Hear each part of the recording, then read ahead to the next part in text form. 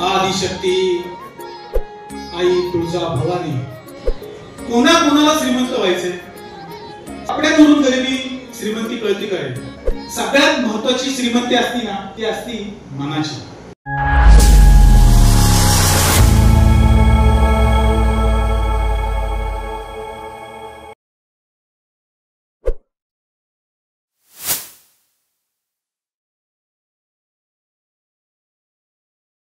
आदिशक्ती आई तुळजा भवानी. श्री अंबिका माता भजनी मंडळ यांनी मला इथे बोलण्याची संधी दिली एका वेगळ्या विषयावरती.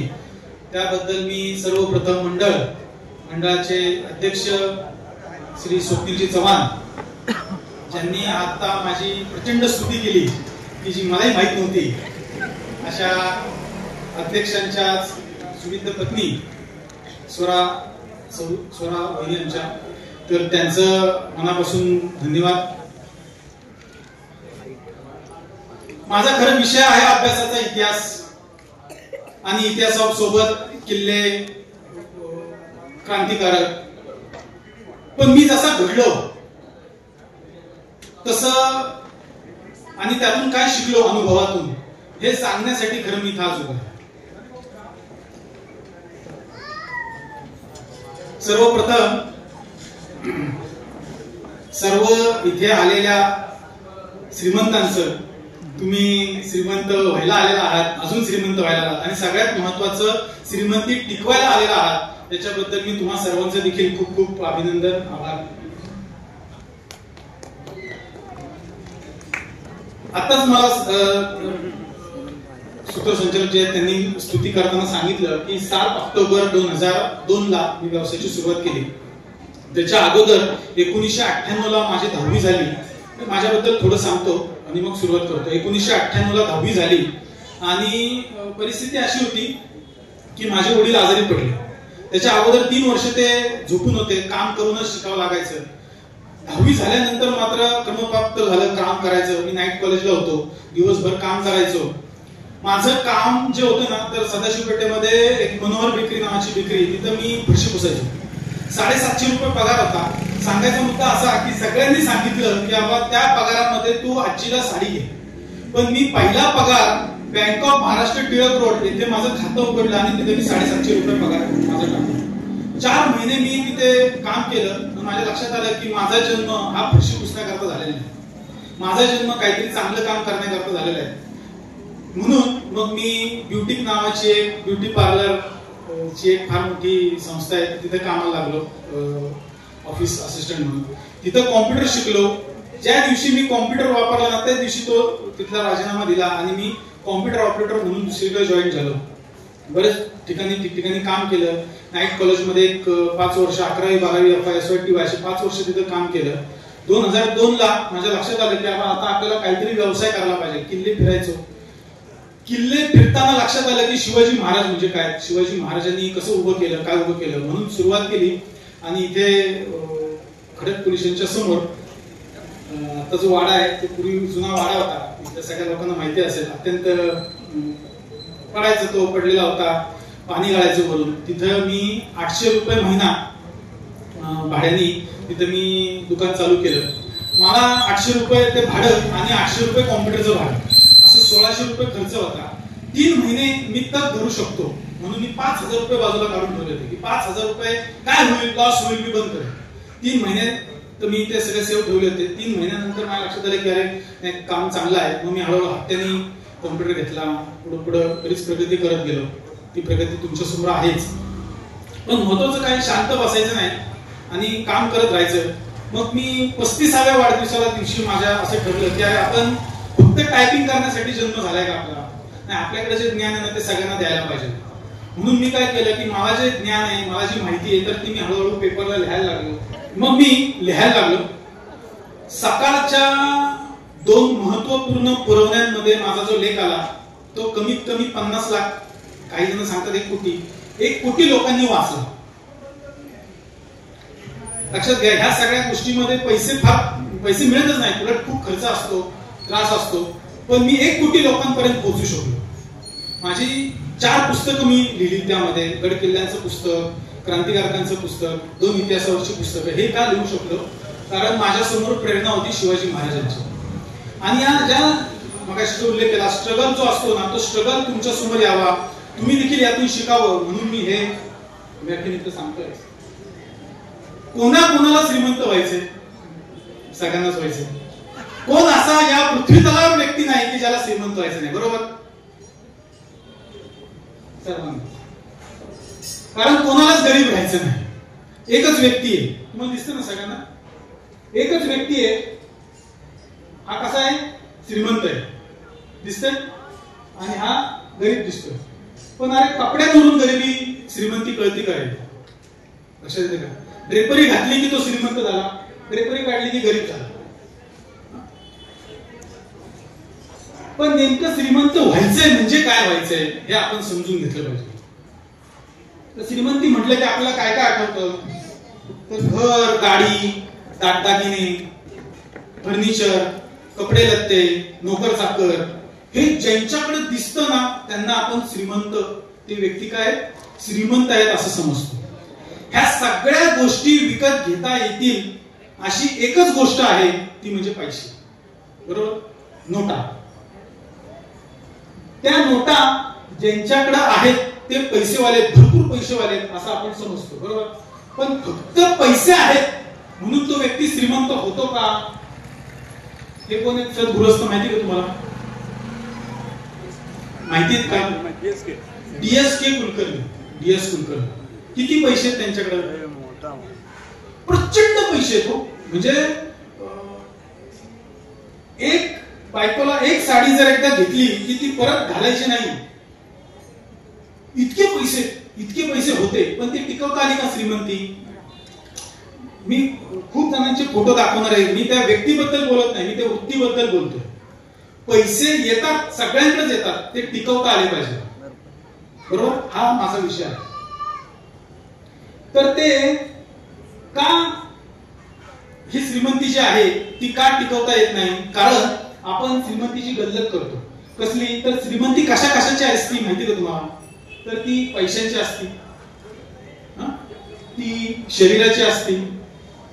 सगळ्यात महत्वाची श्रीमंती असती ना, ती असती मनाची. तुम्ही जे तरुण मुलं इथं बसलेले आहेत ना, मी तरुण होतो त्यावेळी माझ्या लक्षात यायचं, सगळ्यांनाच असं वाटायचं की खूप पैसे मिळवले ना की आपण श्रीमंत होऊन मग आराम करू. काय करू? कुणी विचारलं काय तू मोज मजा किंवा आराम आनंद का घेत नाहीस? काय नाही, भरपूर पैसे कमवायचे, मुलाबाळांचं व्यवस्थित करायचं, मग आपण फिरायला जायचं, बरोबर? सगळीकडे आहे, सगळीकडेच आहे. मग पैसे आले कीच तो श्रीमंत होतो का? खूप पैसे आल्यानंतर ज्यावेळेस फिरायला जातो त्यावेळेस गुडघे दुखतात, हातपाय दुखतात, आहे का नाही? त्यावेळेस जाता येत नाही. म्हणजे मग श्रीमंती कशाची आहे? ती हातांची, म्हणजे हे सगळ्या शरीराची. बघा आपल्याला प्रत्येकाला 2 हात, 2 कान, 2 डोळे दिलेत. कुणाला एक एक्स्ट्रा दिलाय का? दिलाय का कुणाला एक्स्ट्रा? नसेल तर द्या, गरज आहे आपल्याला. कुणालाच दिलेलं नाही. बरं, एक हात तुटला तर किती खर्च येईल? दवाखान्याला किती खर्च येईल? कोट्यवधी रुपये किमतीचं आपलं शरीर आहे का नाही? मग ते जपायचं कोणी? डॉक्टरांनी जपायचं का? आपणच जपलं पाहिजे. तर त्याच्यासाठी आपण काय करतो? तर शून्य काम करतो. ते करण्यासाठीच मी इथे उभा आहे. आणि खूप काम केल्यानंतर असं वाटतं की अरे शरीर साथ देत नाही, म्हणून आपण शरीर जपलं पाहिजे. कधी? उतार वयात. आणि त्या उतार वयात शरीर जपायला लागल्यावरती आपल्या असं नंतर लक्षात येतं की अरे आपलं मनच काम करत नाही, आपली मानसिक स्थितीच तशी नाही. कोण बोललं की वाईट वाटतं, हा बोलला की वाईट वाटतं, नवरा असंच बोलत नाही, मुलं अशीच बोलत नाही, मुलं असं सांभाळतच नाही, मुलं हेच करत नाही, मुलं तेच करत नाही, नातू बघतच नाही. हे कधी येतं? सगळ्यात शेवटी उतार वयात येतं. म्हणून मी खरं या व्याख्यानामध्ये 70% भाग हा माझा पैशांचा आर्थिक ठेवणार होतो, 20% शरीराचा आणि 10% मनाचा ठेवणार होतो. मी खूप जणांशी बोललो या बाबतीत. आणि खरं तुम्हाला सांगू का, मनाच्या श्रीमंतीवरती 70% बोललो पाहिजे, मग शरीर आणि मग पैसे. पैसे घेऊन येतो, पैसे सगळे कमवतो. तुम्हाला मी काय उदाहरणं दिली तर तुम्ही चाक पाडा. सुरुवात करू आपण. पण सुरुवातीला आपण पैशांची श्रीमंती म्हणजे काय आणि ती कशी टिकवायची ते बघू. बघा, शिकल्याने श्रीमंत होता येतं असं काय नाही. आमचे एक मित्र आहेत लाडाचे कुल्फीचे, आलेत का आम्हाला? 8वी 3 वेळा नापास, 8वी 3 वेळा नापास. पण लाडाच्या कुल्फीचे त्यांचे आउटलेट 100 पेक्षा जास्त आहेत. आज 3 राज्यांमध्ये गेले, दुबईला जाणार आहे. 8वी 3 वेळा नापास. म्हणजे शिकल्याने माणूस श्रीमंत होतो का असं काय नाही. अंगठे छाप व्यक्ती पण श्रीमंत झाल्याची उदाहरणं आहेत, बरोबर. काबाड कष्टाने श्रीमंत होता येतं का तर असंही नाही. आई खाई जे लोक असतात, आयतं खायला मिळाले ते देखील श्रीमंत असल्याचं आपण पाहतो. आणि श्रीमंतांची जी मुलं आहेत ती श्रीमंत राहतात का?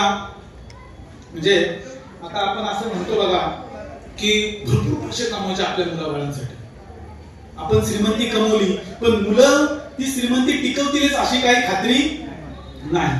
अशी उदाहरणं मी तुम्हाला सांगणार. मग श्रीमंतीचं नेमकं सूत्र काय?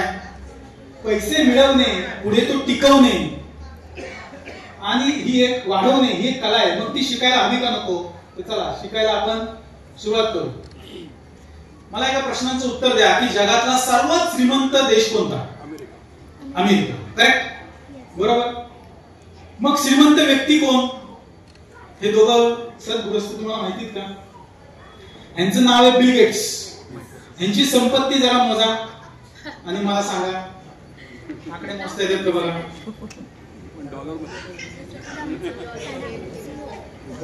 चला सोपं सांगतो. मिनिटाला 102 कोटी. किती? मिनिटाला 102 कोटी रुपये त्यांचं उत्पन्न आहे, होतं ते ज्यावेळेस स्ट्रॉंग मध्ये होते. आणि यांनी असं ठरवलं की आपली 98% संपत्ती दान करायची. वॉरेन बफे आणि यांनी दोघांनी असं ठरवलं. आता कोविडच्या काळामध्ये ज्या औषधं वाटली ना तर ती 90% औषधं यांच्या पैशांमुळे वाटली बरं का, नाहीतर ती तेवढ्या पैशामध्ये मिळू शकली नसती. 90% प्रॉपर्टी त्यांनी दान करायची ठरवली ना त्याच्यासाठी त्यांना 500 वर्ष लागते. इतके पैसे त्यांच्याकडे. कल्पना करता येते तुम्हाला? आता हे सोडून द्या, हे माहिती का तुम्हाला? यांचं नाव आहे जॉन डी रॉकफिलर. काय नाव आहे? D Rockefeller. संपलं की मला सांगा नाव त्यांचं आठवून. कारण ह्यांच्यापेक्षा 4 पट उत्पन्न यांचं होतं. अमेरिका हा श्रीमंत आहे ना ती कुणामुळे? तर ह्या 2-3 लोकांमुळे. त्यापैकी हे सगळ्यात श्रेष्ठ. हे इतके श्रीमंत झाले की अमेरिका देशाला एक कायदा करावा लागला की देशाची संपत्ती ही एका व्यक्तीच्या संपत्तीपेक्षा जास्त नको, कमी नको. म्हणजे व्यक्ती हा देशापेक्षा श्रीमंत व्हायला नको म्हणून अमेरिकेने कायदा केला यांच्यासाठी. आणि ह्या व्यक्तीची संपत्ती तुकडे करण्यात आली. ती किती तुकडे झाले माहिती? 4 तुकडे झाले. अमेरिकेच्या श्रीमंत देशापेक्षा 4 पट श्रीमंत आणि यांच्यापेक्षा जवळपास 7-8 पट श्रीमंत हे होते. म्हणजे विचार करा काय संपत्ती असेल, काय संपत्ती असेल. यांच्याबद्दल कधीतरी नंतर सांगेल की यांचा व्यवसाय काय. पण प्रचंड काबाड कष्ट केले. अमेरिकेच्या पेनसिल्व्हेनिया नावाच्या एका प्रांतामधून अतिशय काबाड कष्ट करून हे मोठे झाले. फक्त काय की मला मोठं व्हायचं. यांचा व्यवसाय काय की यांनी असं पूर्वी, म्हणजे मी 18व्या-19व्या शतकातलं सांगतोय की जे लाईटचे जे स्ट्रीट लाईट असतात ना तर ते पूर्वी मेणाचे दिवे असायचे. मेणाचे दिवे. तर ते मेणाचे दिवे फार धोकादायक असायचे म्हणून यांनी पहिलं तिथं रॉकेलचा शोध लावला. मागे बोलू नका ना प्लीज. हो म्हणून भाऊ नका बोलू प्लीज. मेणाचे दिवे असायचे ते त्रास करायचे सगळ्या लोकांना म्हणून मग त्यांनी काय केलं, रॉकेलचा शोध लागलेला होता तर रॉकेलचे दिवे लावायला सुरुवात केली. ते प्रचंड यशस्वी झालं आणि मग त्यांनी रॉकेल पुरवण्याचा व्यवसाय सुरू केला. पेनसिल्व्हेनिया राज्यामध्ये झाला, त्या शेजारच्या राज्यांमध्ये पण ते रॉकेल लागलं. मग ते वाहतूक कशी करायची म्हणून वाहतुकीची टीम बनवण्याचा कारखाना काढला. त्याचे आपल्याकडे पत्र्याचे डबे येतात ना ते बनवण्याचा. मग नंतर ते अजून त्याची वाहतूक वाढली. मग त्यांनी जे आपल्याकडे दुधाच्या कंटेनर येतात बघा ते कंटेनर लागले. मग ते कंटेनर बनवायचा कारखाना काढला. मग आता दुसऱ्या राज्यामध्ये हे सगळं घेऊन जायचं माल तर मग रेल्वे त्यावेळी जस्ट नुकती सुरू झाली होती. भाड्याने काय घेतलं नाही बरं का, स्वतःच सगळं स्वतःच रेल्वेच बनवायचा कारखाना काढला बाबाजी. त्याच्यामुळे देशामध्ये असं कोण राहिलाच नाही याच्यासारखा मोठा व्यक्ती. फक्त काय की तुम्हाला ओळखता आला पाहिजे पैसे कशाचे, बरोबर. पण सगळ्यात शेवट तुम्हाला सांगतो, ह्यांना जेवढा आनंद खूप पैसे मिळाल्याने झाला नाही, तेवढा आनंद सगळी संपत्ती दान केल्यानंतर झाला. लक्षात. मग आता हे ऐकलं की आपल्याला काही प्रश्न पडतात. तो प्रश्न असा की ही श्रीमंत लोक दिवसेंदिवस श्रीमंत होतात तरी कशी? आणि या श्रीमंतांकडे पैसे येतो तरी कुठून आणि कसा? आपल्याकडे एक गैरसमज आहे का की पैशावाला म्हणलं की काय 2 नंबरचा पैसा, भ्रष्टाचार काय नाही, माझ्याकडे पैसे तुम्ही 2 नंबरचं व्याजाचा धंदा आहे. त्याला पण अक्कल लागते ना, आहे का नाही? सगळ्यांचं काम नाही ते. मी सांगतोय त्या काही गोष्टी मनावर करून ठेवा, लक्षात घ्या. तुम्ही लिहून ठेवा, फोटो काढा, पेननी लिहा. त्यापैकी पहिली गोष्ट की पैशाकडे पैसा ओढला जातो. लक्षात आलं? गुरुत्वाकर्षणाचा नियम काय सांगतो की वरून टाकलेली गोष्ट खाली पडते. आपल्याला पृथ्वीला गुरुत्वाकर्षण आहे, तसं लोखंड आणि ते लोहचुंबक आहे, तसं कमी पैसेवाल्यांचे जे पैसे आहेत ना, तर ते पैसे जास्त पैसेवाल्यांकडे ओढले जातात. लक्षात आलं? त्याच्यामुळे जे पैसेवाले आहेत त्यांच्याकडे पैसे वाढत जातात. त्याचं कारण का की बाजारात जे पैसे आहेत ना, तर तेही लोक पैसे ओढत असतात. ते कसे ओढायचे हे शिकले की आपण श्रीमंत होऊ शकतो. म्हणजे काय? आर्थिक श्रीमंत होण्याची पहिली अट काय? ब्लँक झाला का तुम्ही?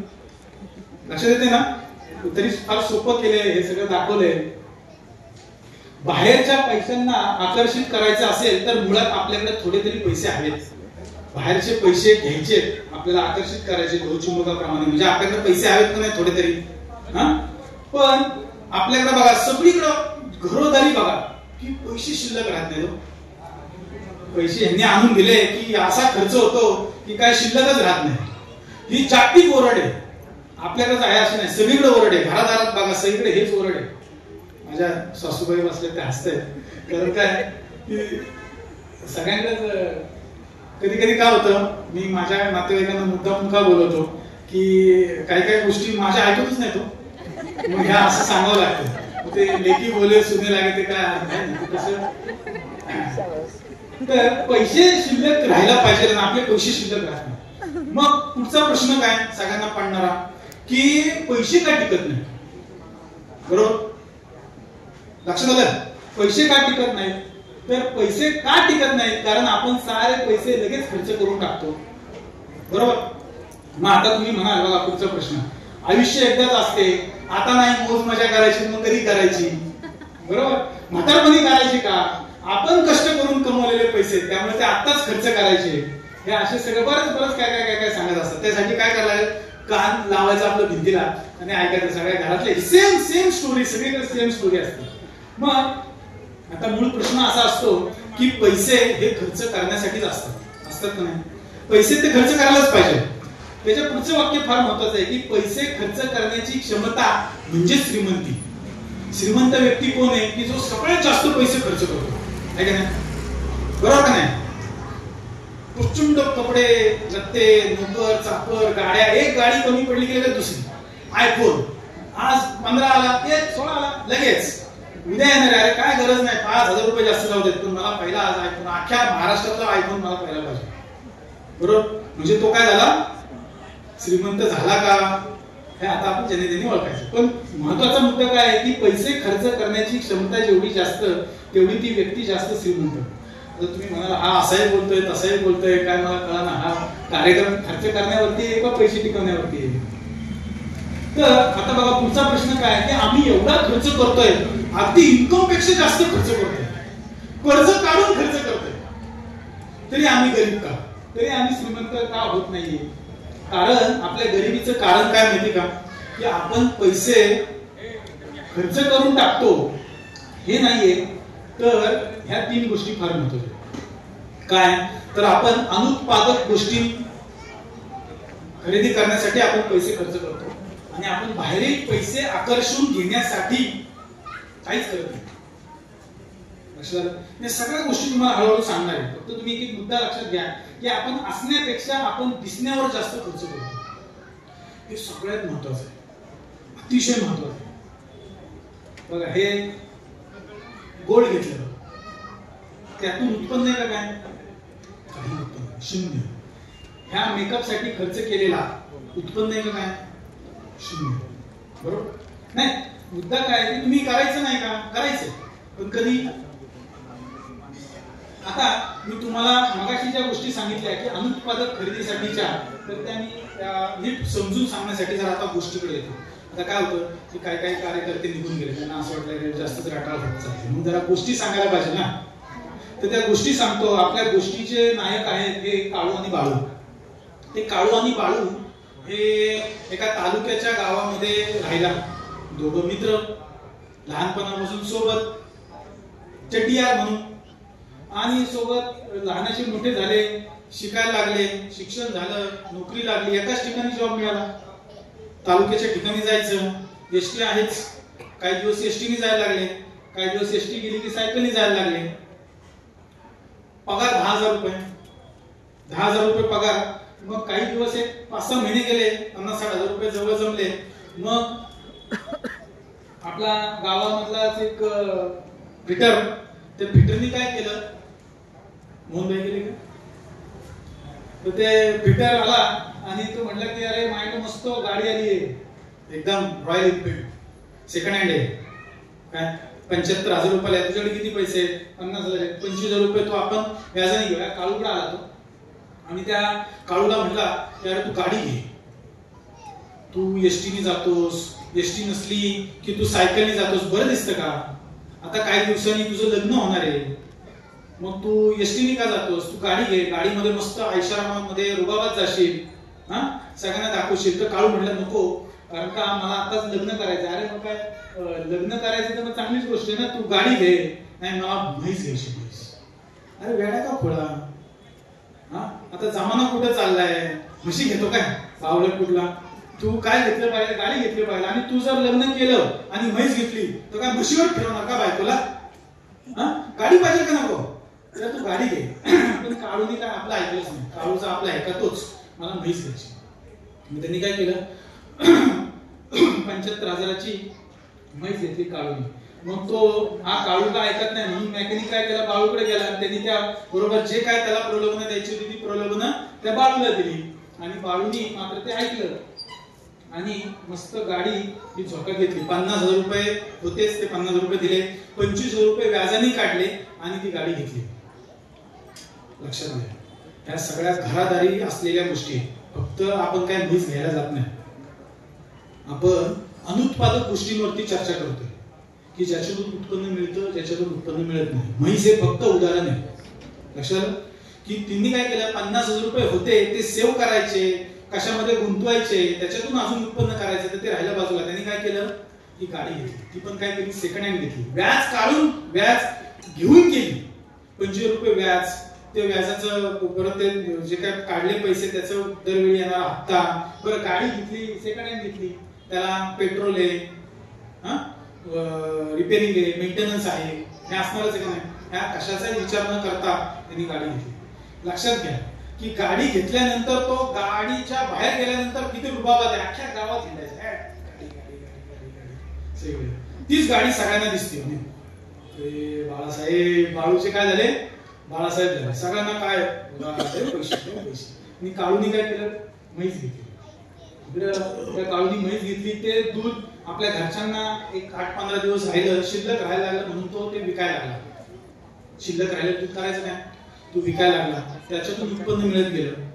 5-6 महिने गेल्यानंतर परिस्थिती अशी आली की आपल्या बाळासाहेबांनी ही जी गाडी आहे ती मेंटेनन्सचा खर्च परवडत नाही, खूप खर्च करायला लागले, पेट्रोल भरायला पैसे नाही, म्हणून तशीच ठेवून दिली. त्यांची आई त्याच्यावरती गवऱ्या थापायला लागली.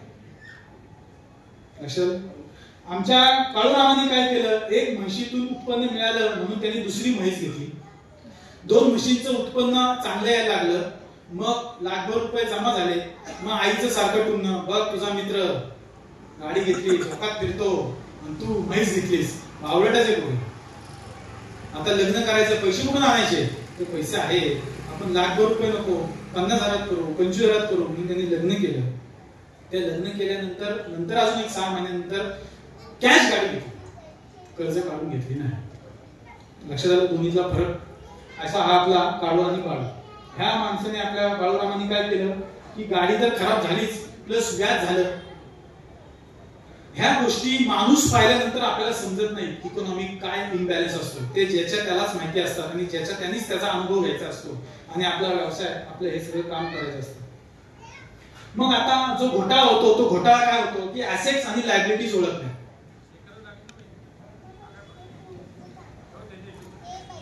ऍसेट काय आणि लायबिलिटीज काय माहिती तुम्हाला? म्हणजे तुम्ही जर कॉमर्सचे विद्यार्थी असाल तर तुम्हाला माहिती असेल की ऍसेट म्हणजे जे आपलं स्थायी मालमत्ता आहे तर ती ऍसेट झाली, म्हणजे गाडी, बंगला, सोने, नाणे, दागिने. आपल्याला काय वाटतं की सोनं घेतलं म्हणजे आम्हाला ती ऍसेट आहे, पण ती घरात ठेवून हृदयावर छातीवरती भीतीच ना, ती ऍसेट झाली का? कर्ज काढून घर घेतलं, ती जरी ऍसेट असली तरी ती बँकेची. तुम्ही काय केअर टेकर आहात त्याचे, तुम्ही ते नीट वापरायचे आणि जे काय हप्ते आहेत ते वेळच्या वेळी बँकेला भरायचे. ती जोपर्यंत तुम्ही कॅश घेत नाही, कर्ज नील झाल्यानंतरच तुम्ही त्याचे एकमेव ओनर आहात आणि मग तेव्हा ती ऍसेट झाली, तोपर्यंत ती लायबिलिटीज झाली. लायबिलिटीज म्हणजे देणी, ही आपल्याला ओळखता आली पाहिजे. मग ही अनेकांची खरेदी ही सारासार विचारावरती नसते, ती भावनांवरती आधारित असते. म्हणजे काय तर अमुक व्यक्तीने गाडी घर घेतलं म्हणून आपणही ते घ्यायला जातो, किंवा तिने बघा कपडे काय घेतले, दागिने काय घेतले, साडी बघा तिने काय मस्त आहे, आपल्याला पण पाहिजे बरं काय, ह्या महिन्यात पगार झाले की पहिलं साडी पाहिजे मला. मग त्यांनी असा वाढदिवस केला, त्यांनी असं लग्न कार्य केलं, बरोबर, मग आपण पण केलंच पाहिजे. किमान वाढदिवस आता काय विचारूच नका, पहिला वाढदिवस नाही दर महिन्याचे वाढदिवस यायला लागले होते. या सगळ्यामुळे झालं काय माहिती का? नुकसान कुणाचं होतं?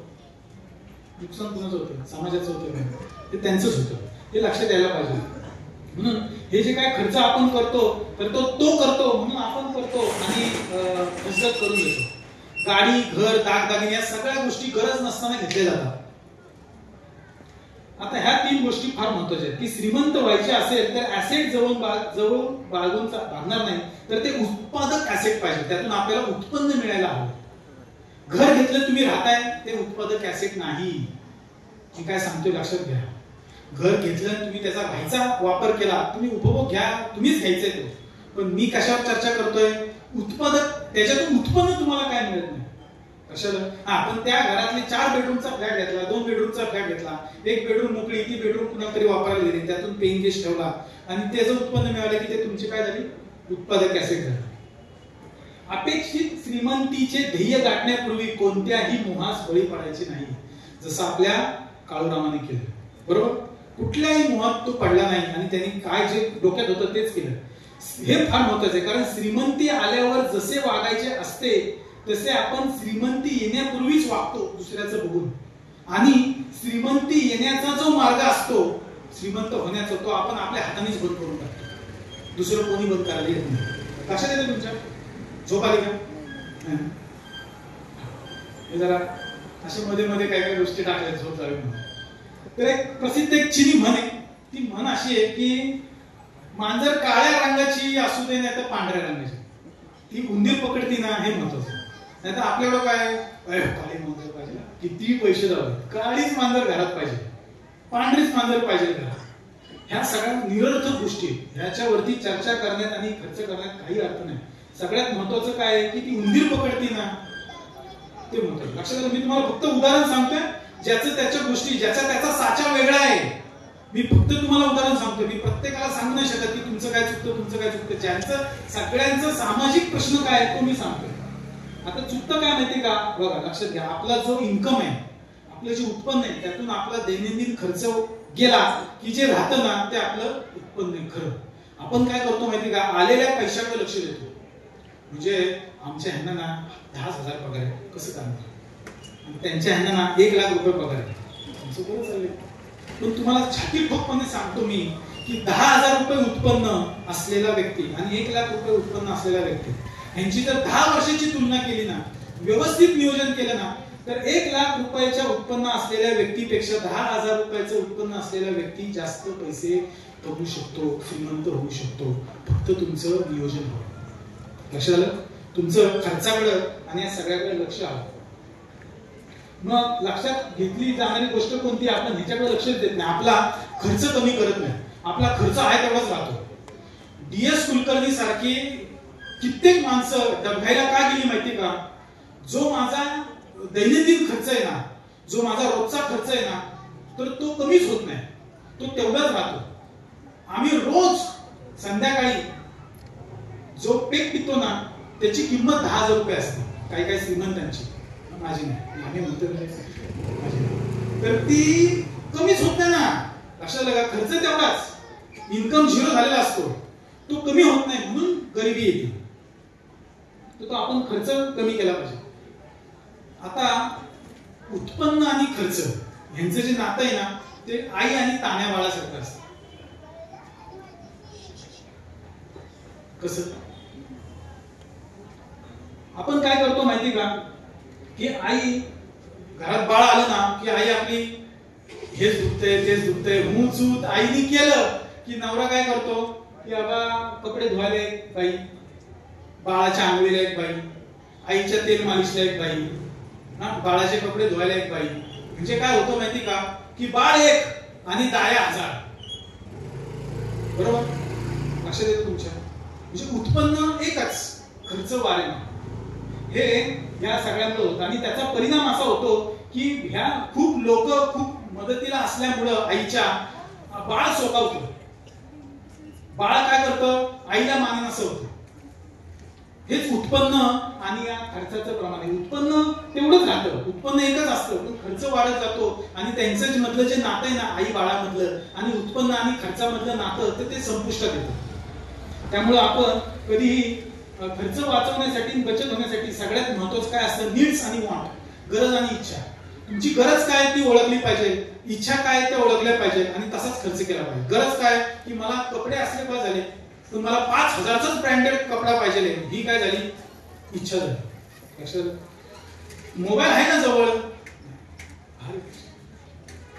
आपली मुलं पण आपल्याकडे हट्ट करतात त्याचं याचं बघून की बाबा मोबाईल पाहिजे, आयफोन पाहिजे. बरोबर? फोनचा वापर काय, फोन घेणे ठेवणे, काय करतो अजून वेगळं. त्याच्यामुळे आपण गरज आणि इच्छा यात ओळखली पाहिजे. आता जमेल तसे आपले उत्पन्न वाढवणे, वाढलेले उत्पन्न विविध प्रकारे गुंतवणे आणि त्यातून पुन्हा उत्पन्न वाढवत जाणे, या सायकलद्वारे आपण श्रीमंत होतो. लक्षात, उत्पन्न जे आहे तर ते गुंतवणे कशात तरी, त्या गुंतवलेल्या उत्पन्नातून पैसे मिळवणे आणि ते मिळवलेल्या पैशातून पुन्हा गुंतवणूक करणे, ही सायकल आहे. तर आता याच्यात सगळ्यात महत्वाचा इथे शब्द काय आला, की जो आतापर्यंत नव्हता आला, तो काय आला, गुंतवणे. म्हणजे गुंतवणूक ही काय झाली, काम घेऊन गाय. माहिती नाही कशी असती, आपण तिच्याकडं काही मागितलं की ती आपल्याला देते. गुंतवणूक काय करते, हेच काम करते, या काम धुनीच्या गायीसारखं. तर आपण कशा कशात, आता मी म्हणजे आर्थिक बाबतीत बोलण्यासाठी मी ह्या ब्रँडेडचा म्हणजे हे शेअर्स घ्या असं काहीही सांगणार नाही, कसलीही जाहिरात करायची नाही. आपल्याला काय हे शिकायचंय, आर्थिक श्रीमंत व्हायचंय, तर त्यासाठी आपण बाकी काही सांगणार नाही. पण दोन मोठे महत्वाच्या गोष्टी आहेत, की फिजिकल ऍसेट आणि फायनान्शियल ऍसेट. की फिजिकल ऍसेट म्हणजे काय, की ज्याला स्पर्श करता येतो अशी संपत्ती, आणि फायनान्शियल ऍसेट म्हणजे ज्याला स्पर्श करता येत नाही. काही काळ असा होता की त्या काळामध्ये स्थावर मिळकत त्याचा ग्रोथ खूप चांगला व्हायचा, पण आता तशी परिस्थिती नाही. त्यामुळे त्यातून बाहेर पडा आणि तुम्ही त्या फायनान्शियल ऍसेटकडे या. आणि तुम्हाला सांगू का, तुम्ही किती फ्लॅट घेतले, प्लॉट, दुकान, गाड्या घेतल्या ना, की लोकांना दिसतो, डोळ्यावर येतो, पण तुमच्या बँकेत किती पैसे तुम्हाला कळतो, कोणालाच कळत नाही. हे काय, कित्येक माणसं तुम्हाला दाखवतो की ते हजार कोटीचे असतात. मागाशी मी तुम्हाला जे माणूस दाखवलं त्याची संपत्ती पण मोजता येत नव्हती, तो किती आपला साधा शर्ट पॅन्ट घालून येत नाही. म्हणजे आता जगामध्ये 200 देश आहेत, तर 198 देशांची संपत्ती नसेल एवढी त्याची एकट्याची संपत्ती. बिल गेट्स किंवा जॉन डी रॉकफेलर. आता सगळ्यात अडचण आपली काय होती माहिती का, तर ती हे काय, कोणता प्राणी हा, तो हातावरती अंगावर बसला की काय करतो आपण, काय करतो, झटकतो. अगदीच तसंच काय करायचं, कर्जाच्या बाबतीत करायचं.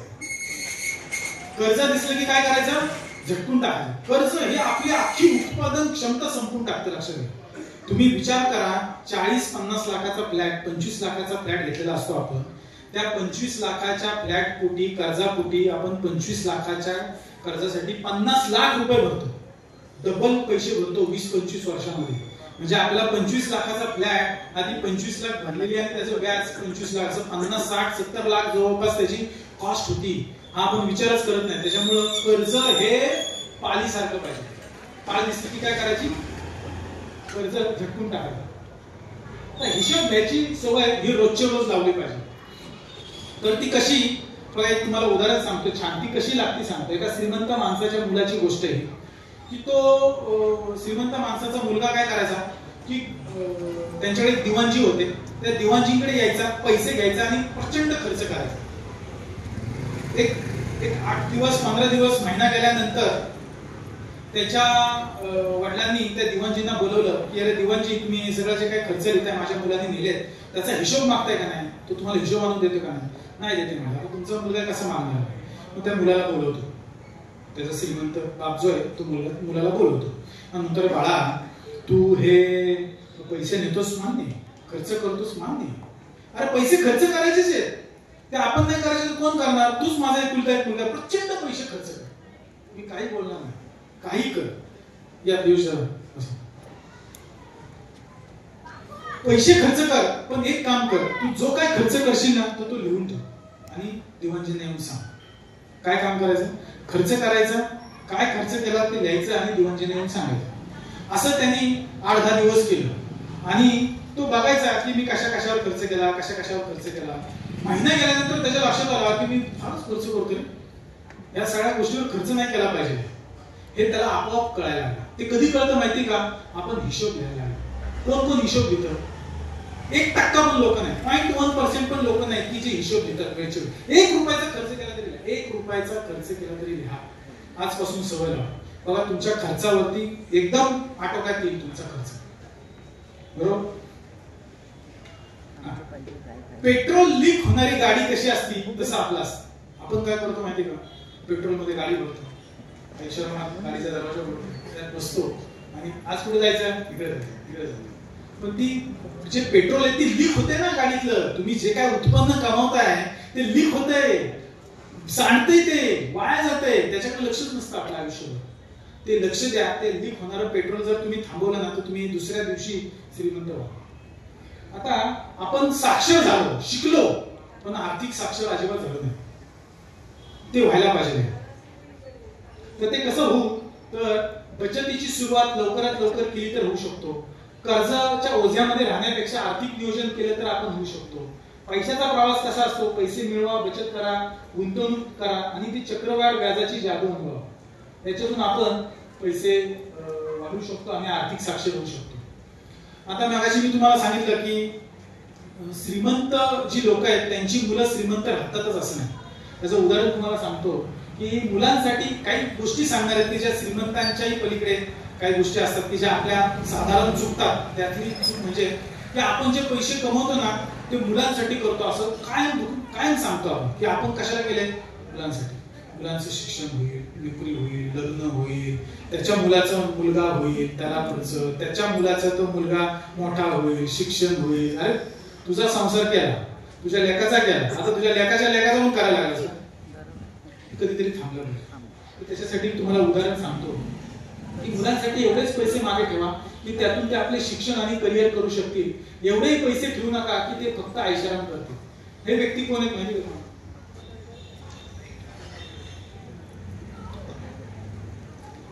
यांचं नाव आहे विजयपथ सिंघानिया. रेमंडचे मालक. पद्मभूषण त्यांना मिळालंय. 12,000 कोटींचा मालक आहे. 12,000 कोटी. पण गौतम नावाचा त्याचा मुलगा आहे, त्याला त्यांनी ती प्रॉपर्टी दिली सांभाळायला, वापरायला, आणि दिल्यानंतर काही दिवसातच त्याला बाहेर काढलं वडिलांना, घराबाहेर काढलं. आणि अक्षरशः शेवटी रस्त्यावरती दिवस काढायला लागतात बघ.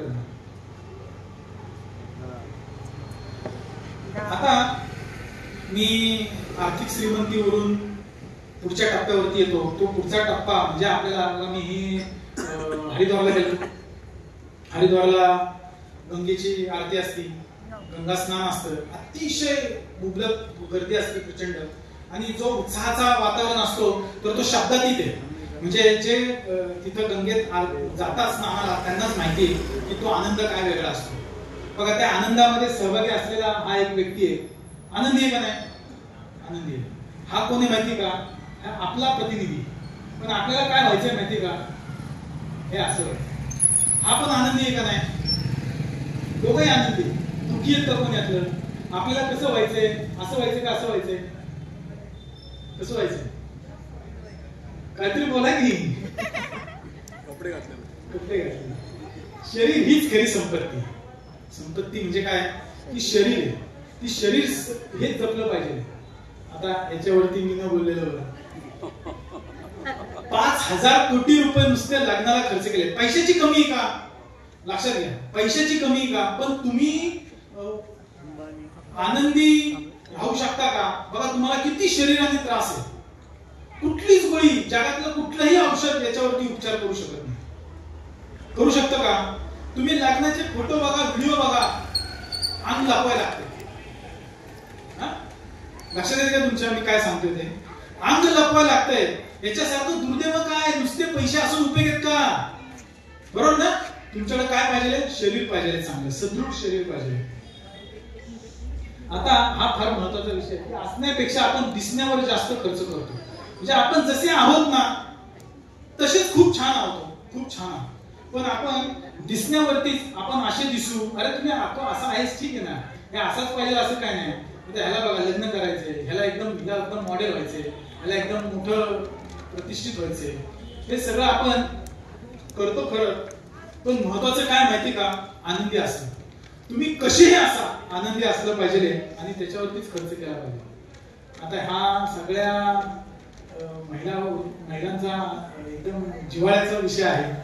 त्याच्यावरती न बोललेलं बरं की कोणते कपडे घालायचे, चेहऱ्याला कोणती क्रीम लावायची, घातलेल्या कपड्यांवर मॅचिंग दागिने कोणते, या सर्वांसाठी आपण किती विचार करतो का नाही? त्याचे अनेक पर्याय चाचपडून पाहतो. बघा हे सगळे पर्याय किती प्रसिद्ध आहेत माहिती? हे सगळे पर्याय तुम्ही बघता का नाही? पर्याय मात्र आयुष्याचे आर्थिक नियोजन करण्याकरता मात्र आपण मागे राहतो. त्याचे काय पर्याय आपण चाचपडतो? काहीच नाही. तर आपण सगळ्यात महत्वाचं काय? असण्यापेक्षा म्हणजे दिसण्यापेक्षा असण्यावर खर्च केला पाहिजे. हे मी का म्हणतोय? कारण तुम्ही कसे आहात ते पहिले ओळखा आणि त्याच्यावर खर्च करा. मी मानसिक गोष्टीवरती खूप वाचल्यानंतर माझ्या लक्षात आलं की काही माणसं असतात ना, बघा आपला नवरा आपली बायको चांगली हो पण मध्येच कधीतरी खावं, मध्येच कधीतरी चिडते. माझा मुलगा ना चांगला आहे पण कधीतरीच वेळेगत वागतो. हे आपल्या काय लक्षात येत नाही? कारण माणूस आहे, तो स्वभाव आहे. तो स्वभाव कधी ना कधी उफाळून येतो. तर तो स्वभाव ओळखला पाहिजे आणि त्या स्वभावावरती आपण काम केलं पाहिजे. आजपासून सुरुवात करायची की आपण कसे आहोत त्याचा स्वभाव ओळखा. अति उत्साही अशी माणसं असतात बरं का, घरचं सगळं सोडून अति उत्साहपणा करतात अशी काही माणसं असतात. आपण ते ओळखलं पाहिजे. सदा दुःखी राहणारी माणसं असतात, किडकिडीत माणसं असतात की ज्यांचं शरीरच साथ देत नाही, सदृढ नसतात, खोडकर असतात, प्रचंड खोड्या करतात. मुलंच खोड्या करतात असं नाही. काही काहींना विचारा, काही काही नवरे खोडकर असतात, काही काही बायका प्रचंड खोडकर असतात. तर आपण ओळखलं पाहिजे. काही जण संशय असतात, हा मानसिक आजार आहे.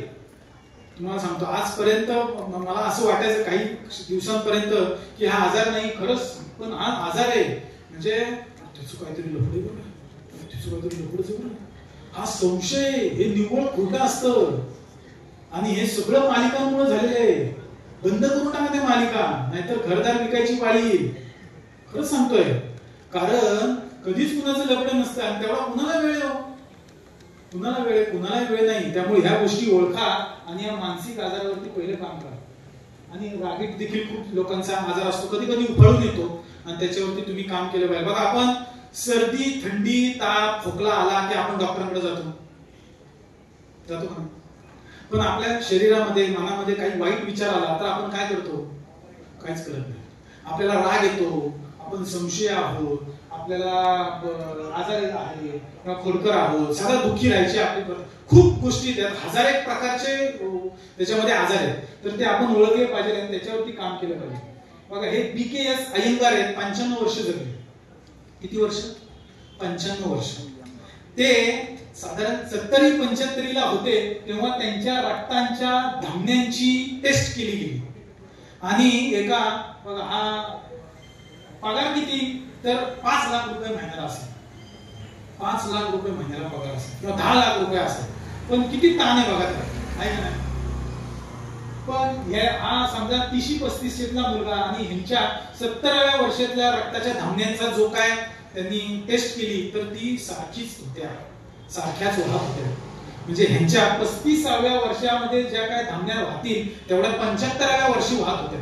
इतक्या त्यांच्या रक्ताच्या धमन्या स्ट्रॉंग होत्या, त्यांचं शरीर स्ट्रॉंग होतं. का? व्यायाम, योग. 2 स्लाइड मी तुम्हाला फक्त सांगणार आहे शारीरिक वरती. त्यातली ही एक महत्वाची की याच्या पुढचा भारतीयांना सगळ्यात मोठा आजार होणार आहे आणि तो सुरुवात झालेली आहे की ह्या 3 आजारांनी, ब्लड प्रेशर, शुगर आणि कॅन्सर होणारच. काही दिवसांनी अशी जाहिरात येईल की हे 3 आजार नसलेले व्यक्ती दाखवा आणि 1 लाख रुपये मिळवा. खोटं सांगत नाही, खरं सांगतो. प्रत्येकाला आजार आहे, फक्त हा ओळखायला पाहिजे की आपल्याला हा सुरुवात झालेली आहे. त्याच्यासाठी काय बदललं पाहिजे तर आजच्यापासून मीठ, साखर आणि तेल ह्या 3 गोष्टींकडे लक्ष द्या. त्या 3 गोष्टी बदला. फार बाकी मी त्यामध्ये सांगत नाही, आता तो विषय वेगळा होता. आता आपलं आहार विहार कशी असते बघा, ही अशी असते. काय असते? आपण ब्रेकफास्ट कमी करतो, लंच त्यापेक्षा जास्त करतो आणि डिनर भरमसाठ करतो. काय पाहिजे? उलट पाहिजे. ब्रेकफास्ट जास्त, लंच असा, नंतर डिनर. म्हणजे पूर्वी असं योगाच्या पुस्तकात सांगितलेलं आहे की सकाळचा जो नाश्ता आहे ना तो राजपुत्रासारखा पाहिजे. कसा? भापेट, आलिशान. दुपारचं जेवण हे राजासारखं पाहिजे, लिमिटेड, सिलेक्टेड. आणि संध्याकाळचं जेवण कसं पाहिजे? भिकाऱ्यासारखं. मिळालं तर खायचं, नाही तर नाही खायचं. लक्षात? असं आपलं जीवन पाहिजे. सर्वात जास्त आयुष्य जगणारी जी लोक आहेत ना तर त्यांचा फार सर्वे जगामध्ये झाला. त्या जगातल्या सर्वे मधून हा रिपोर्ट आला की तुम्हाला असं वाटेल की चांगलं पर्यावरण असलं, ब्लड प्रेशर, शुगर मला नाही, मी लठ्ठ नाही, मी एकदम स्लिम ट्रिम आहे, म्हणजे मी जास्त जगेल. साफ खोट आहे. सगळ्यात जास्त जगणारी जी लोक आहेत ना जगामध्ये तर ती सामाजिक संबंध आणि नातेसंबंध ज्यांचे चांगले आहेत ना तेच आयुष्यामध्ये सगळ्यात जास्त जगतात. आता गाडी, एक उदाहरण सांगतो मी, पुढच्या स्लाइडकडे येतो. ह्या प्रत्येक गोष्टीवरती खूप बोलण्यासारखं आहे. मी तुम्हाला मोजके फक्त पॉइंट सांगतो. आपण काय करतो माहिती का? 100 cc ची गाडी घेतली की हा 120, हा 150, हा 200, 250, 500 cc ची गाडी. गाडी महत्वाची नाहीये, आपल्याला कुठे जायचंय महत्वाचं आहे. माझा रोजचा प्रवास आहे 5 किलोमीटर आणि मी 500 cc ची गाडी घेऊन काय उपयोगी? 400 cc ची गाडी घेऊन काय उपयोगी? बरं, ते पण घ्यायला हरकत नाही, पण तुला जायचंय कुठं? बरोबर. त्यामुळं तुम्हाला गंतव्यस्थान जिथे जायचंय, जे करायचंय आयुष्यामध्ये, जे काय करायचंय ते पहिलं ठरवा आणि त्याप्रमाणे आपलं काम करा. सीसी महत्वाची नाही, गाडी महत्वाची नाही. लक्षात आलं? आणि हे आपल्या जीवनाचं देखील असंच असतं. म्हणून आपल्याला आयुष्यात काय करायचंय हे सगळ्यात महत्वाचं आहे. त्याच्यामुळे आयुष्यात आपल्याला जर काय करायचं असेल तर ते सगळ्यात महत्वाचं आहे, ते मनाची श्रीमंती. मला शेवटच्या काही स्लाइडकडे येतो. मला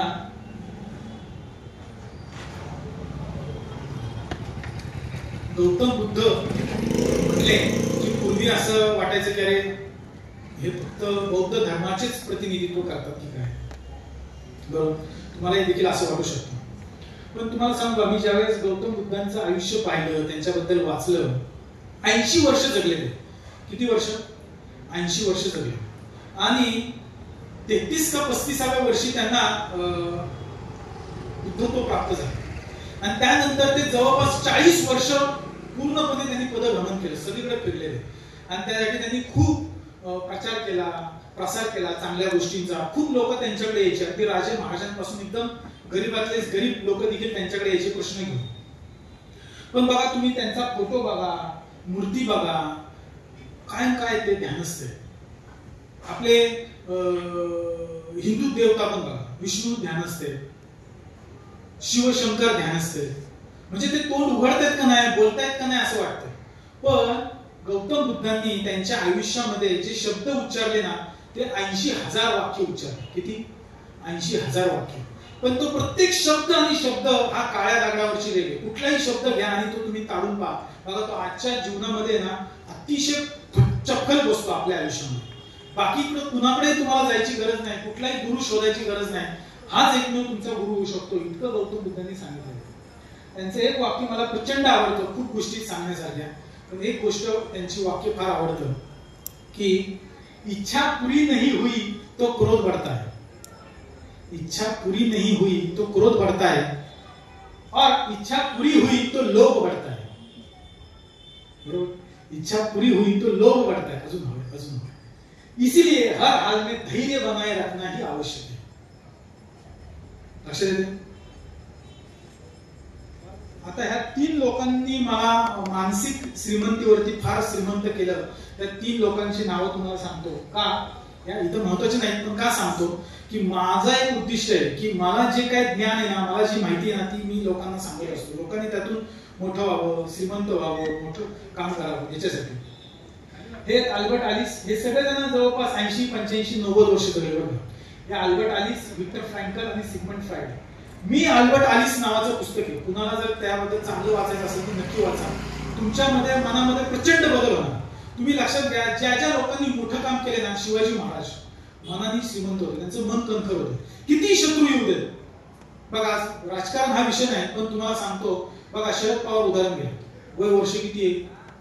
90 दिलंय, पण लढता येत नाही. का माहिती का? ते कारण मनाने स्ट्रॉंग आहे. राजकारण हा विषय नाही, मनाने स्ट्रॉंग. किंवा आपल्या आदरणीय पंतप्रधान घ्या, वय झाले 75 वर्ष ना काहीतरी, तर तरी पण लढताय. आपण 40ला 30लाच थांबलोय. आता काय करू, हे दुखते, ते दुखते, पाठ दुखते, कंबर दुखते, हात दुखते, पाय दुखते, डोकं दुखते, आहे का? रडत बसले नाही. हे का ते करू शकले? कारण ते मनाने स्ट्रॉंग आहे. लक्षात आलं तुमच्या? त्यामुळे याच्यासाठी ह्या लोकांचे चरित्र किंवा ह्या लोकांनी जे काय लिहिलं नाही ते वाचलं पाहिजे. त्यांचं पुस्तक आहे मी डॉक्टर अल्बर्ट आलिस, मराठी पुस्तक आहे, छान पुस्तक आहे, वाचा. Viktor Frankl man search for meaning नावाचं त्यांचं पुस्तक आहे, अतिशय गाजलेलं पुस्तक आहे. तर ते अर्थाच्या शोधात नावाचं त्याचं मराठी ट्रान्सलेशन आहे, ते वाचा. खूप लोकांनी मोठं काम केले, नाव लक्षात ठेवा, नंतर माहिती घ्या. मी पूर्वी ट्रेक करायचो, म्हणजे आताही करतो, पण ज्यावेळेस सह्याद्रीवरती गेलो ना, जे ट्रेक करतात त्यांना माहिती आहे की मला कायम असं वाटायचं की अरे तिथं सूर्य गेला क्षितिजाच्या खाली, तिथं म्हणजे शेवट असेल बरं का, आपल्या तिथे गेलं पाहिजे. जे खाली असेल आणि वरती जर किल्ला असेल तर तिथे गेला ना, तिथं मला जायचं, म्हणून मी तिथे जायचो. तिथे गेल्यानंतर वाटायचं की अरे अजून सूर्य लांब आहे, तिथे गेल्यावर वाटायचं अरे अजून सूर्य लांब आहे. लक्षात, आपल्या मनातल्या कामना, इच्छा, आकांक्षा या सगळ्या काय असतात, त्या क्षितिजा सारख्या असतात, त्या कधीही संपत नाही. त्या मिळवल्या, एक घर मिळवलं, 1 BHK घेतला, 2 BHK, 2 BHK घेतला की नाही, 3 BHK, 5 तोळ्याचं मंगळसूत्र घेतलं नाही, 5 तोळ्याने काय, 10 तोळ्याचं पाहिजे का नाही, सगळ्यांकडे 10 तोळ्याचं, ते शेजारच्याकडे 20 तोळ्याचं, 10 तोळे ते घ्यायचं, 10 तोळ्याचं तरी संपतं का? नाही नाही, ती माळ पाहिजे. ह्याच्यावर उठून दिसते, काय असं काय करतात? ही वासना आहे, ही कधीही संपत नाही. गाडी घेतली ना 100 cc नाही, ती जरा तो जुनी आहे, 5 वर्ष रगडली, 5 वर्ष कोण गाडी वापरत नाही, नवीन घेतली. मोबाईल 1 वर्ष झाला जुना मोबाईल, नवीन घेतला पाहिजे. हे अग्रक्रम आहे, ह्या वासना आहे, ह्या इच्छा आहे, ह्या कधीही संपत नाही, हव्यास आहे. आता एक उदाहरण सांगतो, आणि परवाच मी आमच्या सासऱ्यांना हे उदाहरण सांगितलं आणि मला वाटलं किती छान आहे, आणि सांगायला पाहिजे सगळ्यांना. तर बकरा बकरी असतात, लक्षात घ्या, आपल्या प्रत्येकावरती ते लागू होतं, नीट काळजीपूर्वक ऐका. बकरा बकरीचा संसार असतो, अतिशय सुखात चाललेला असतो. बकरा काय असेल ते काम करून येतो, जे काय मिळवायचंय गवत ते सगळं आणतो, बकरीला देतो, मुलाबाळांना देतो, खुश आनंदी. एक दिवशी बकरी काय करते माहिती का? वाघोबाला बघते, वाघ, आणि ती म्हणते काय वाघ आहे, काय रुबाब आहे, हा काय तो मस्त IT चालतो, डारकाळी फोडतो, सगळेजण पळून जातात, कोणच जवळ थांबत नाही. आणि मग ती आपल्या नवऱ्याला म्हणते जरा वाघोबासारखं व्हा, काय कळतं का नाही, बघा त्याचा किती दरार आहे अख्ख्या जंगलात, तुम्ही काय नुसतं मॅ मॅ मॅ मॅ काय लावलं दारकाळी फोडा. हा तुम्ही मस्तपैकी शिकारीला जावा, मी तुमच्यासाठी मस्त स्वयंपाक करून ठेवते. होईल का शक्य आहे? लक्षात आलं का? हे शक्य होईल का? हे कोण आहे? बकरा बकरी हो. आपण आपल्या नवऱ्याला बायकोला असं व्हायचं, असं व्हायचं. ही तुलना करणं बंद केलं पाहिजे. सगळ्यात महत्त्वाचं आपण जसे आहोत ना, बकरा बकरीचा संसार असू देत किंवा वाघिणीचा संसार असू देत, तर आनंदी राहा, सुखी राहा. तुलना करू नका. तुलना केल्यानेच अडचण होते. आता हे आता ते उदाहरण दिलं. आता अजून एक दुसऱ्या साईडचं उदाहरण तुम्हाला सांगतो. 4 प्रकारची लोक असतात. मानसिकता वरती मी सांगतोय की लोकांची मानसिकता कशी असते. 4 प्रकारची लोक असतात. हे जो पहिला प्रकार आहे ना, तो पेसिमिस्ट म्हणजे काय, निराशावादी. काय तर हा जो काय ग्लास आहे ना, तो ग्लासामध्ये काय आहे माहिती काय, सरबत म्हणा किंवा तुम्हाला जे काय पेय घ्यायचं असेल ते घ्या म्हणा, पण हे अर्धच भरलेले आहे. ते काय म्हणणार, पेसिमिस्ट लोक, निराशावादी लोक काय विचार करणार, की तो ग्लास अर्धाच भरलेला आहे. बरोबर. हे जे ऑप्टिमिस्ट, आशावादी, की तो अर्धा ग्लास हा अर्धा ग्लास मोकळा आहे असे निराशावादी म्हणणार. आशावादी लोक म्हणणार की तो अर्धा ग्लास काय आहे, भरलेला आहे. बरोबर. निराशावादी लोक म्हणणार की अर्धा ग्लास रिकामा आहे. हे म्हणणार की नाही, अर्धा ग्लास भरलेला आहे. अध्यात्मवादी जे स्पिरिच्युअलिस्ट असतात ना अशी लोक, तुम्ही ते बघा, फार लोक डेंजर आपल्याकडे सगळ्या समाजात. अध्यात्मवादी लोक काय म्हणतात, हे सब मोहमाया है, कुछ नहीं है, इस संसार में कुछ नहीं है, सब मोहमाया है. पण रिअलिस्ट जे असतात ना, वास्तववादी, ते काय करतात, फाटीत पिऊन घेतात. संपलं. रिअलिस्ट जगलं पाहिजे. जे आहे ना त्यात आनंदी राहा. जो अर्धा ग्लास असू दे, अर्धाच आहे ना, अर्धा ग्लास रिकामा आहे, तो का रिकामा आहे, तो भरलाच पाहिजे. तुम्हाला ना कळतच नाही, तुम्ही पूर्ण भरतच नाही, हे सोडून द्या. कसले आपल्या संसारामध्ये मोठं व्हायचं असेल, पुढे जायचं असेल, प्रगती करायची असेल, तर वास्तवात राहा, जगा, आनंदी राहा. तुम्ही इतके आनंदी राहा की तुमच्या सोबतचे सगळे जण, बघा, रडक्या माणसांकडे जायला तुम्हाला आवडेल का? कुणाला आवडेल? रडका असा कुचका की त्याला गेले की तोंडच पडलेलं असतं, त्यावेळेला कुणाला त्याच्यासोबत राहायला आवडेल? ठीक आहे, आपण नसू जरी हसलेले, आपण रडकाच असू तरी आजपासून प्रयत्न करा की हसा, आनंदी राहा. कारण तुम्ही हसलात ना की आजूबाजूची माणसंच नाही, प्राणी पण हसतात. हे आहे का नाही उदाहरण? आता एक शेवटची गोष्ट सांगतो, मी थांबतो. माझं जे काय लांब लचक अर्थपुराण जे चाललेलं आहे ते मी थांबवतो. सगळ्यांसाठी महत्वाची, नीट काळजीपूर्वक ऐका.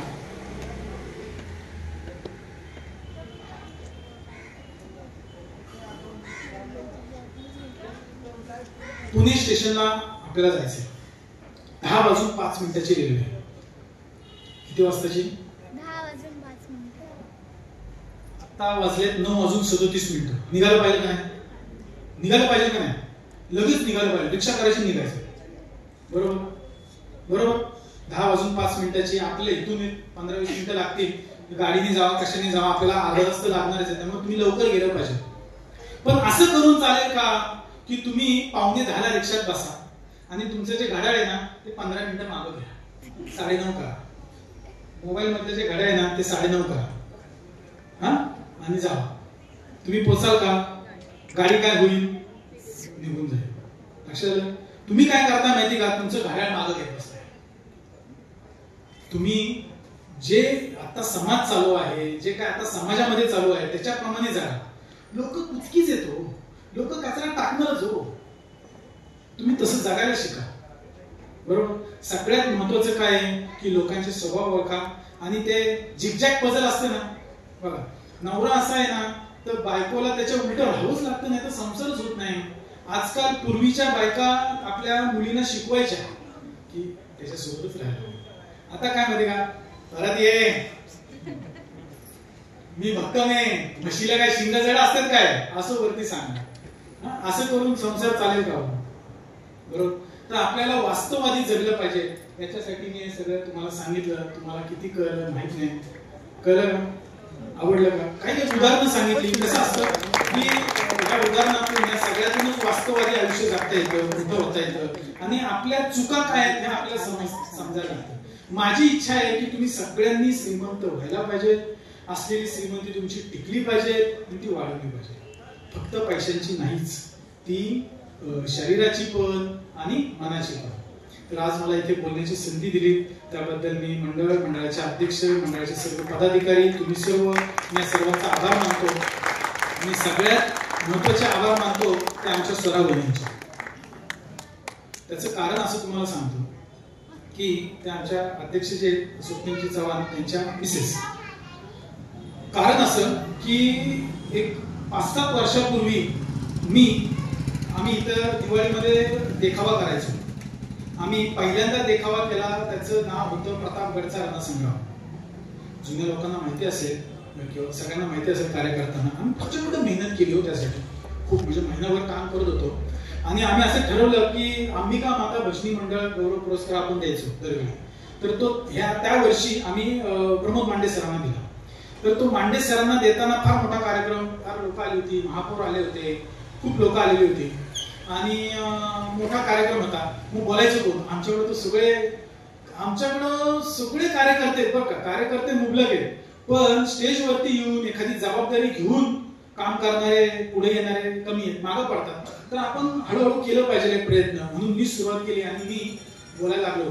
आणि मी मांडे सर ज्यांचा सत्कार होता तर त्यांचं इंट्रोडक्शन म्हणजे त्यांची माहिती परिचय पत्रक मी दिला आणि आभार मी मानले.